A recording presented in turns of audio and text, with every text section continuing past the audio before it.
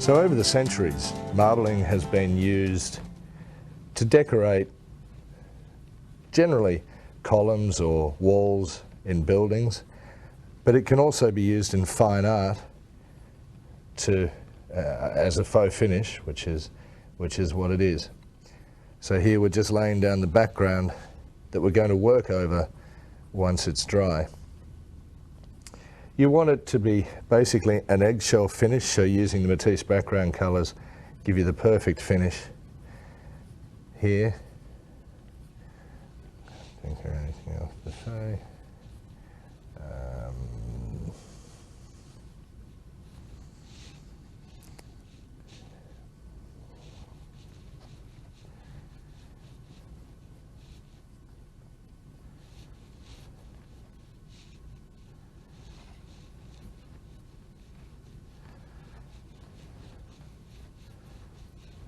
That'll do. Okay, so now that the background has dried and we put down the background white, giving a nice flat surface to work on, we're going to use the marbling gel. We're going to mix some white with it, and you can use the structure white, the flow white, you could even use the background white if you wanted to. And we're going to mix, or let the marbling gel mix on the sponge, the white and the marbling gel. So you don't want it to be completely white, we're just letting it randomly mix. Now we're just going to apply the white onto the white background, and I can hear you say, hang on, I can't see the difference. Well, when we go to add the next step is when you'll actually notice the difference here. So we've just randomly put the white in with the marbling gel. Now I'm just going to lay a little bit more marbling gel out, and we're going to put in veins using Payne's grey and black. So once again we just have a little bit of the colour out.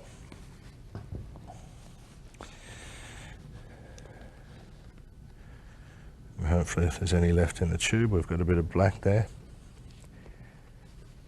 And using a liner brush, we're going to come in, wet the liner brush in the gel a little bit, and just pick up the tiniest amount of black and start running some veins in. Now, this is while the background is still white. This is still wet, at least, of the white and the marbling gel. I'll just pick up a tiny bit of Payne's grey into the black there, just to give us some differentiation. Now, it's not looking too much like marble at the moment, and that's fine because we come back in and really blend it into that background. So I'll start doing that now so that this doesn't dry on us. So once again, taking a very nice soft bristled brush, and we're just going to work this into the background. You can either stipple or just pick a little bit of that black up, mix it in with the background using very light strokes and making sure that the brush always stays dry. So you're going to need maybe some paper on hand, or you can use your apron. And just while this is drying, we're going to move the paint around. In some areas you might like to leave just the way they are. In some areas you might actually mix quite a bit of the black in with the background. So now my brush is getting a little bit wet. It's handy to actually have a couple of brushes on hand because it takes a little while for them to dry if you go ahead and clean them.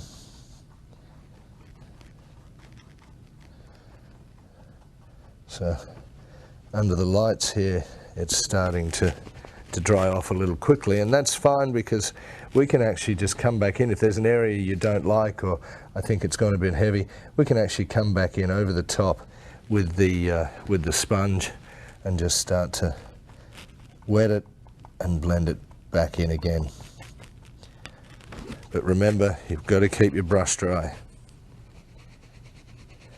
And I'm just going to keep working on this before we get to the next step.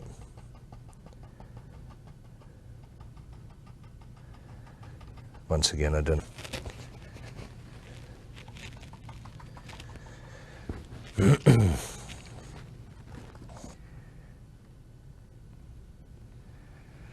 So now the third and final step for the paint is to go over with a glaze with Australian sienna. Now you could continue to work and just use the blacks and paints grey and white, although I like to add the Australian sienna, making a glaze with it and just doing certain areas.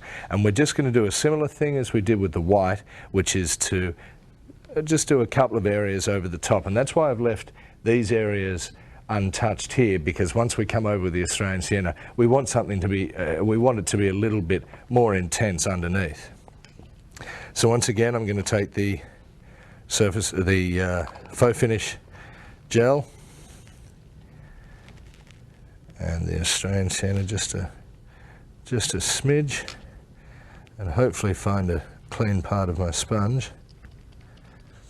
And once again, we're mixing it in with the gel. We don't want the colour to be too intense. There we go. And we're just going to put a little bit more gel there, and just give a slight hint of this rich golden colour. And you want to vary it around. You can see the variation much more with this colour than you can with the black or the white.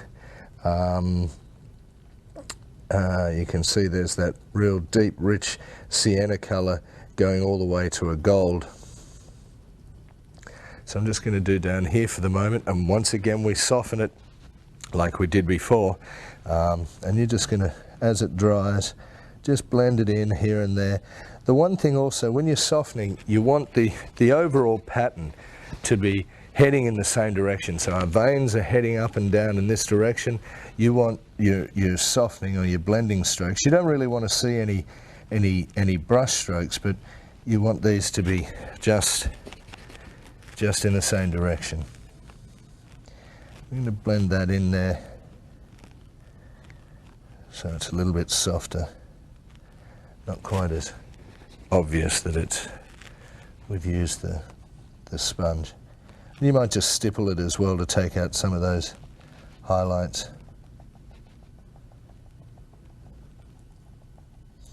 We're looking for a fairly random pattern. Now what you could do is have left this to dry, put a coat of varnish over the top, and then put this over. That's this as a glaze. That's another possibility, but depends how much spare time you've got on your hands.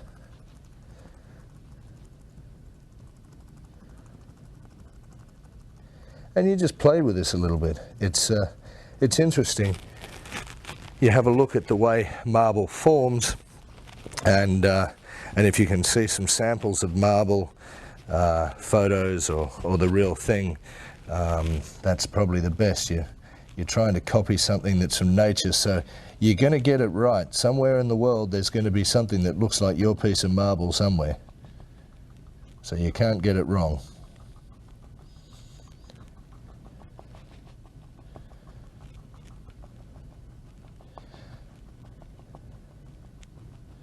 Now, every piece of marble we see is normally polished and has a high sheen to it. So you'd add a varnish once again over the top of this. I'm going to go ahead and do a little bit more work on it. And then we'll come back and varnish it, and I'll show you the finished piece. So once you've satisfied you're finished, we just need to wait for this to dry, and then we apply a few coats of varnish to give it that high sheen.